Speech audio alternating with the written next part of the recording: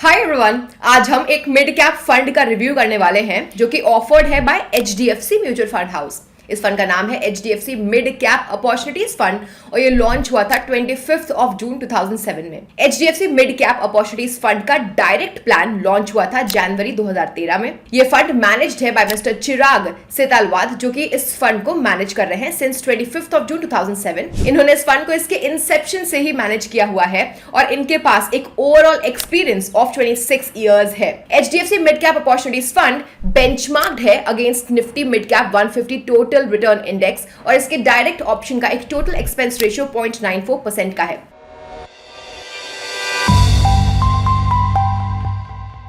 तो आइए बात करते हैं इसके इन्वेस्टमेंट ऑब्जेक्टिव की। तो स्कीम का इन्वेस्टमेंट ऑब्जेक्टिव है लॉन्ग टर्म कैपिटल अप्रिसिएशन या इनकम जनरेट करना मिड कैप कंपनीज में इन्वेस्ट करके। हाउएवर, आपको नोट करना चाहिए कि कोई अश्योरेंस या फिर गारंटी नहीं है कि इस फंड का इन्वेस्टमेंट ऑब्जेक्टिव मीट हो ही जाएगा। ये scheme predominantly mid cap strategy follow करती है जहां पे एक मिनिमम एक्सपोजर होता है 65% का मिड कैप स्टॉक्स की तरफ। स्कीम दूसरे इक्विटी और इक्विटी रिलेटेड सिक्योरिटीज में पार्टिसिपेट कर सकती है जिससे कि ऑप्टिमल पोर्टफोलियो कंस्ट्रक्शन अचीव कर सके। दोस्तों, स्कीम एम करती है मिड कैप कंपनीज के पोर्टफोलियो बिल्ड करने में जिनका रीजनेबल ग्रोथ प्रोस्पेक्ट हो, साउंड फाइनेंशियल स्ट्रेंथ हो, सूटेबल बिजनेस मॉडल्स हो और एक्सेप्टेबल वैल्यूएशन हो जो कि ऑफर करता हो कैपिटल अप्रिसिएशन का पोटेंशियल। तो अब हम बात करते हैं मिड कैप फंड के कैटेगरी मिक्स की।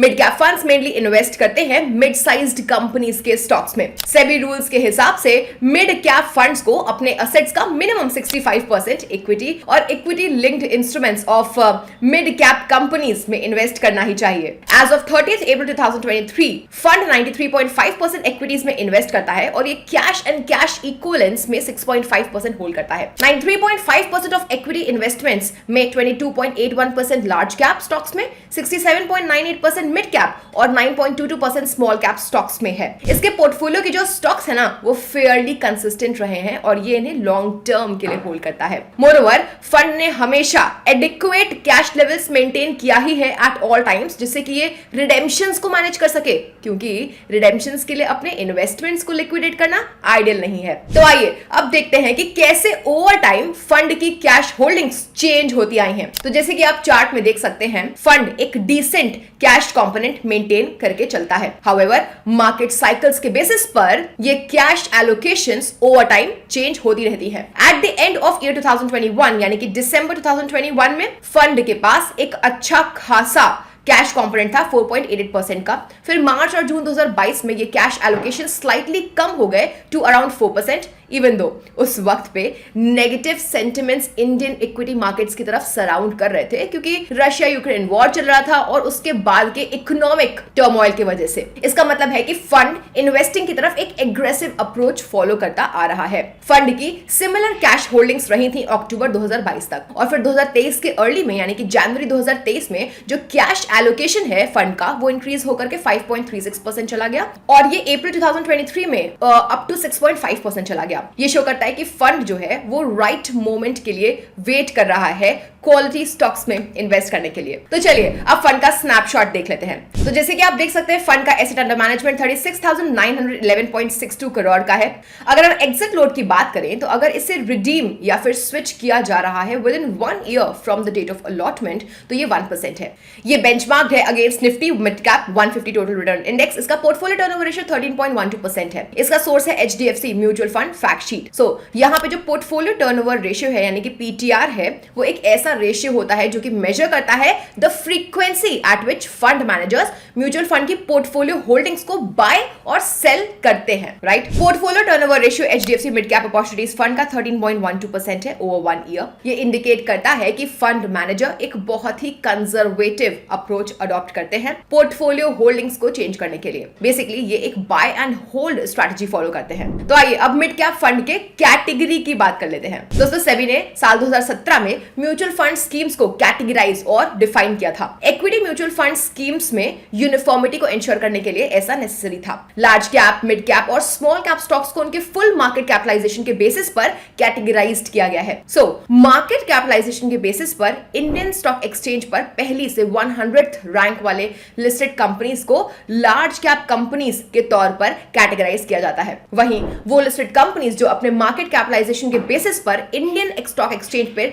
101 to 250th रैंक पे हैं, उन्हें मिड कैप कंपनीज के तौर पर कैटेगराइज किया जाता है। एंड लास्टली मार्केट कैपिटलाइजेशन के बेसिस पर इंडियन स्टॉक एक्सचेंज पे 250th रैंक के बाद वाली लिस्टेड कंपनीज को स्मॉल कैप कंपनीज में कैटेगराइज किया गया है। तो अब आइए बात कर लेते हैं पोर्टफोलियो एनालिसिस की। So as of 30th April 2023 fund का पोर्टफोलियो अक्रॉस 62 स्टॉक्स में स्प्रेड था, जो कि इंडिकेट करता है कि फंड एक फेयरली डाइवर्सिफाइड पोर्टफोलियो मेंटेन करता है। हाईएस्ट रेटेड स्टॉक जिसका एक्सपोजर 4.78% है पोर्टफोलियो में, वो है इंडियन होटल्स कंपनी लिमिटेड का। 1 मंथ के पीरियड में जो कि एंड होता है ऑन 30th अप्रैल 2023, सिर्फ एक नया स्टॉक ऐड हुआ था पोर्टफोलियो में, जो कि है मैनकाइंड फार्मा लिमिटेड। ये होल्ड करता है 0.07% ऑफ टोटल पोर्टफोलियो।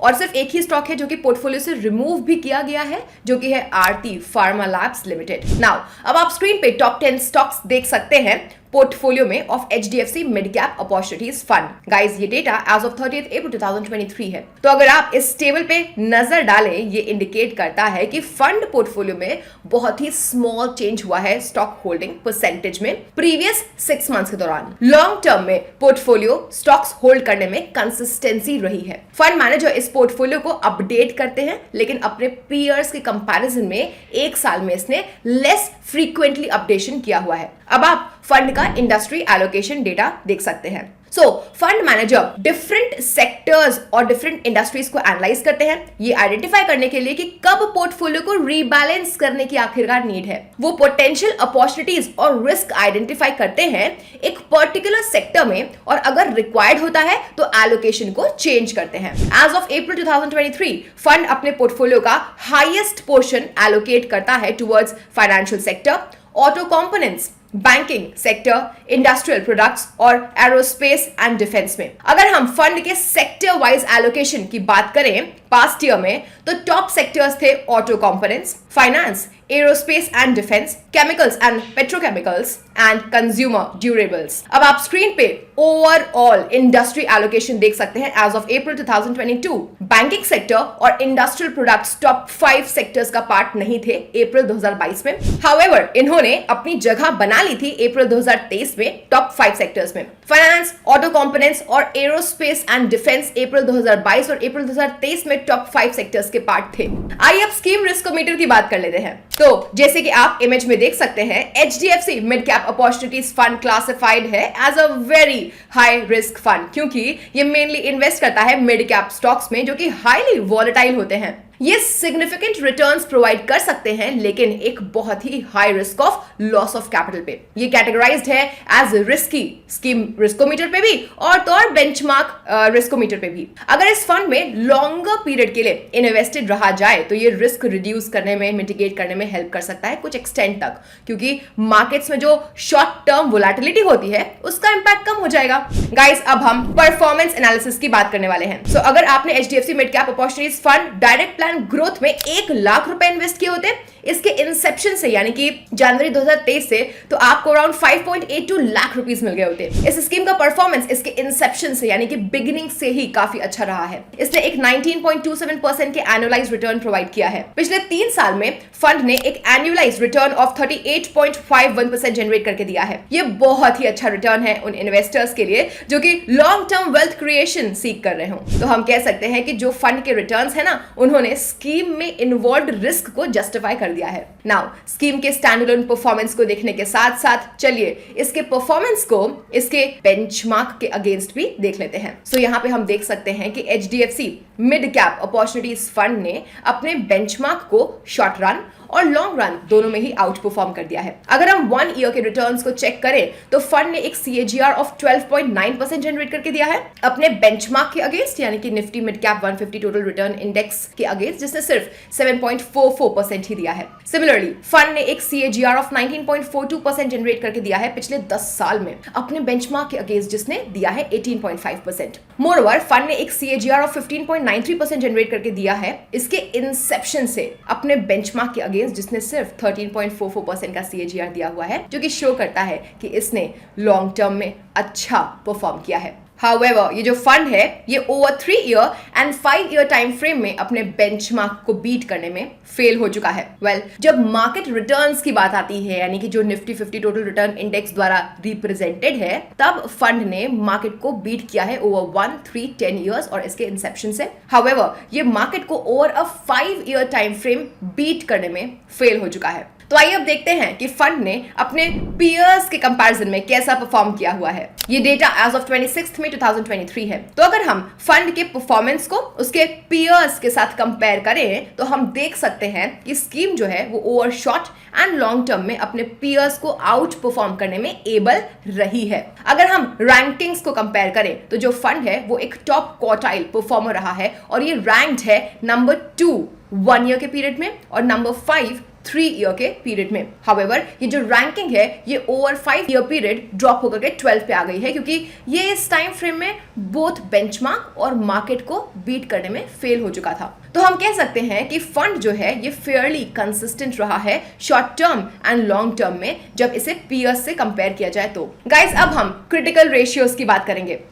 हम में से बहुत सारे लोग सिर्फ फंड द्वारा जनरेटेड रिटर्न को देखते हुए रुक जाते हैं और सिर्फ इन्हीं नंबर्स के बेसिस पे हम अपना इन्वेस्टमेंट का डिसीजन ले लेते हैं। लेकिन हमें यह समझने की जरूरत है कि रिटर्न्स देखने के साथ साथ हमें फंड में इन्वॉल्व जो रिस्क है और फंड पोर्टफोलियो द्वारा जनरेटेड रिस्क एडजस्टेड रिटर्न को भी ध्यान में रखना चाहिए। तो चलिए कुछ क्रिटिकल रेशियोज को समझते हैं जो कि म्यूचुअल फंड के रिस्क एलिमेंट को डिफाइन करता है। सबसे पहला है स्टैंडर्ड डेविएशन। फंड के पोर्टफोलियो से जनरेट होने वाले टोटल रिस्क को ये मेजर करता है। ये एक कॉम्प्रिहेंसिव रिस्क मेजरमेंट टूल है। नाउ फंड का स्टैंडर्ड डेविएशन 4.578% है। बीटा ये वो रेशियो है जो कि बेंचमार्क के कंपैरिजन में फंड के रिस्क को मेजर करता है। गाइस जनरल अंडरस्टैंडिंग ये कहती है कि एक से कम बीटा वाले फंड को स्टॉक मार्केट के कंपैरिजन में रिलेटिवली लेस रिस्की कंसीडर किया जाता है। इस फंड का बीटा 0.97 है जो कि बताता है कि ये मार्केट के कंपैरिजन में लेस रिस्की है। थर्ड है शार्प रेशियो। ये फंड द्वारा जनरेटेड रिस्क एडजस्टेड रिटर्न्स को मेजर करता है। सिंपल टर्म्स में कहें तो इसके द्वारा लिए गए रिस्क की हर एक यूनिट के लिए फंड द्वारा जनरेटेड एक्सेस रिटर्न को ये इंडिकेट करता है। इस केस में एक पॉजिटिव शार्प रेशियो रिस्क की हर एक यूनिट के लिए इंडिकेट करता है कि फंड ने 0.92 टाइम्स एक्सेस रिटर्न्स जनरेट करके दिए हैं। गाइस अब हम अपने कंक्लूजन पे आ चुके हैं। वो इन्वेस्टर्स जिनका एक हाई रिस्क टॉलरेंस है और जो हायर इन्फ्लेशन बीटिंग रिटर्न्स ढूंढ रहे हैं वो मिड कैप फंड्स कंसीडर कर सकते हैं। इसका एक क्लियरली वेल डाइवर्सिफाइड पोर्टफोलियो है और ये एक बाय एंड होल्ड अप्रोच को फॉलो करता है। ये फेयरली कंसिस्टेंट परफॉर्मर रहा है इसके बेंचमार्क के अगेंस्ट और तो और पीयर्स के अगेंस्ट भी एक short and long period of time frame में। हाउएवर फंड का एक हायर एक्सपेंस रेशियो है अगर इसे दूसरे पीयर्स के साथ कंपेयर किया जाए तो। Well that's all about it. Good luck investors. मिलते हैं आपसे अपने दूसरे इंटरेस्टिंग इन्वेस्टमेंट एनालिसिस में। अपना और अपने फाइनेंस का ध्यान रखिएगा। Bye bye. Mutual fund investments are subject to market risks. Read all scheme related documents carefully.